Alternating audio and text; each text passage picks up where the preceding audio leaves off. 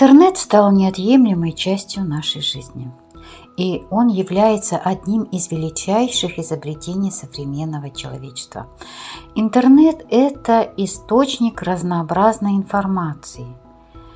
Мы общаемся, совершаем покупки, обучаемся и развлекаемся, а многие ведут научную и профессиональную деятельность, зарабатывают деньги и многое другое.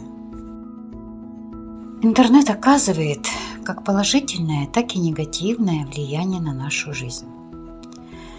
Это вредоносные программы, это киберпреступность, виртуальные злоумышленники, целью которых является захват персональных данных.